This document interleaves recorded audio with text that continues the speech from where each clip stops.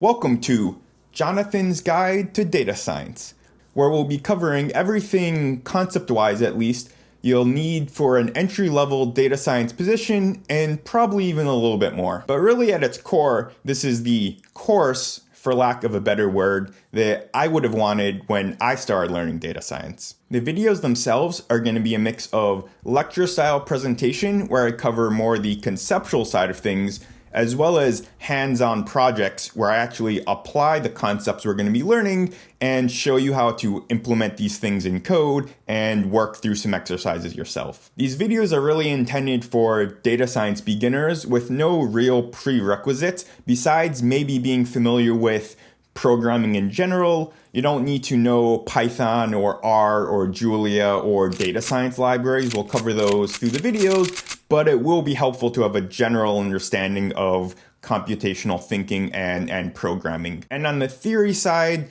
all you're really going to need to know is basic high school level math and statistics and probability. If you do want to brush up on things or feel you might be a little bit rusty, I'll link to some of my favorite resources for learning to code and learning basic statistics and math that you might need for the data science videos. We'll start with a general introduction to data science and the data science process before diving into exploratory data analysis and learning how to munge and transform data to get it ready to actually do some real analysis.